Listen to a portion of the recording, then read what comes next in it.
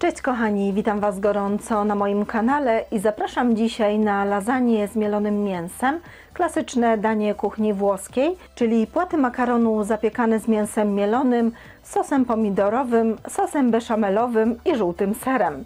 Zapraszam do oglądania filmu. Składniki.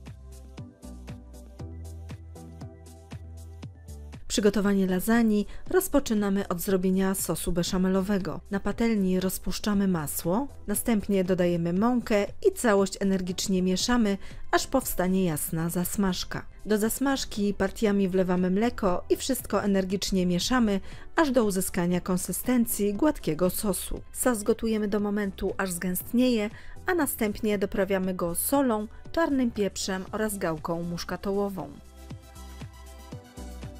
Wszystko mieszamy, zagotowujemy i zdejmujemy z ognia. W kolejnym etapie przygotowujemy sos pomidorowy z mielonym mięsem. Obraną cebulę dość drobno siekamy. W dużym garnku z niewielką ilością rozgrzanego oleju rumienimy posiekaną cebulę, od czasu do czasu mieszając. Do cebuli dodajemy przeciśnięty przez praskę czosnek i wszystko chwilę podsmażamy. Następnie dodajemy mielone mięso i całość smażymy około 5 minut.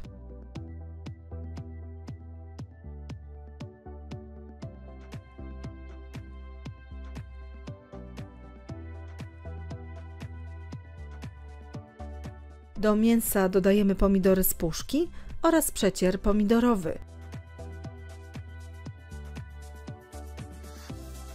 Wszystko mieszamy.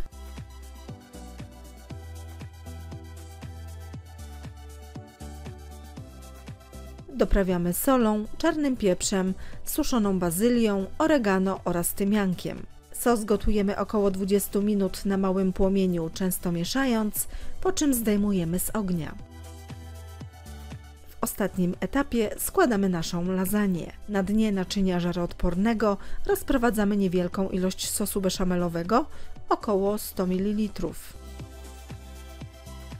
Na warstwie sosu układamy pierwszą warstwę płatów lasagne. Na płatach makaronu rozprowadzamy połowę sosu pomidorowego z mięsem.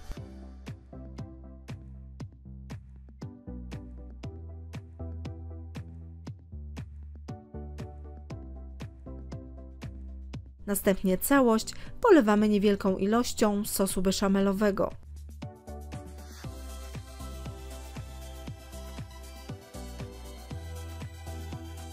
Na warstwie sosu beszamelowego układamy drugą warstwę płatów lasagne.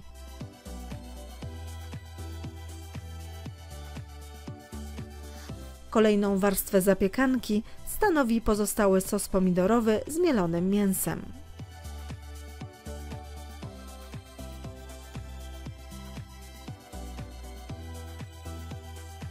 Na warstwie sosu pomidorowego układamy ostatnią warstwę makaronu.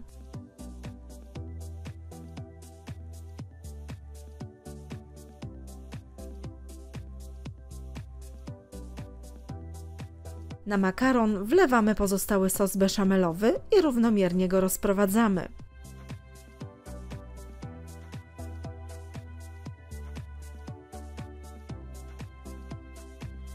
Na wierzchu umieszczamy starty na tarce żółty ser.